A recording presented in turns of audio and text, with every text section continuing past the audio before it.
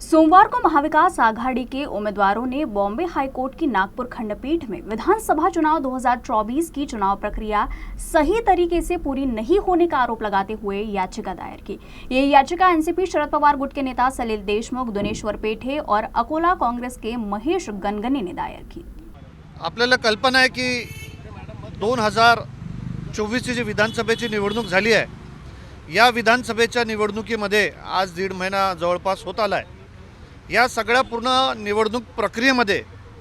अनेक आक्षेप घेणारे विषय, अनेक न पटणारे विषय हे नागरिकांकडून वारंवार त्या ठिकाणी पुढे येऊन राहिले। एक त्या नागरिकांचा प्रतिनिधी म्हणून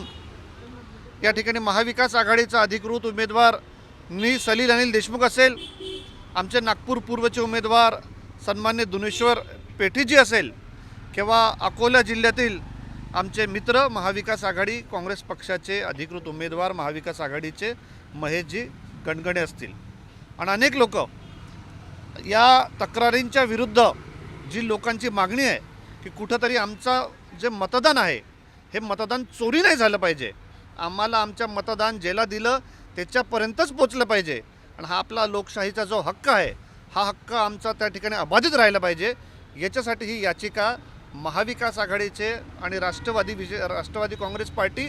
शरद पवार गटाच्या अनेक उमेदवारांनी त्या ठिकाणी केली आहे। त्याचंच फायलिंग आता त्या ठिकाणी चालू आहे, याच्यासाठी आम्ही इकडे या ठिकाणी उपस्थित आहोत। आज जो हमने इलेक्शन पिटीशन दाखल किया है सम्माननीय हाई कोर्ट नागपुर में, वो हम सब महाविकास आघाड़ी के जितने भी उम्मीदवार हैं उन सभी लोगों ने अपने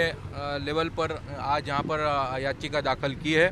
उसके अंदर हमारा मूल मुद्दा ये है कि जो प्रोसेस ईवीएम के ऊपर इलेक्शन लेने के लिए होनी चाहिए वो प्रोसेस फॉलो की गई नहीं है, उसके काफ़ी स्टेजेस है।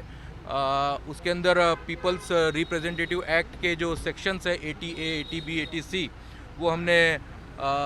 निकाल कर यहाँ पर पिटीशन बनाई है और सभी लोग यहाँ पर इंडिपेंडेंटली यहाँ पर पिटीशन दाखल कर रहे हैं, लेकिन शायद यहाँ पर कुछ हमारे सीनियर एडवोकेट्स के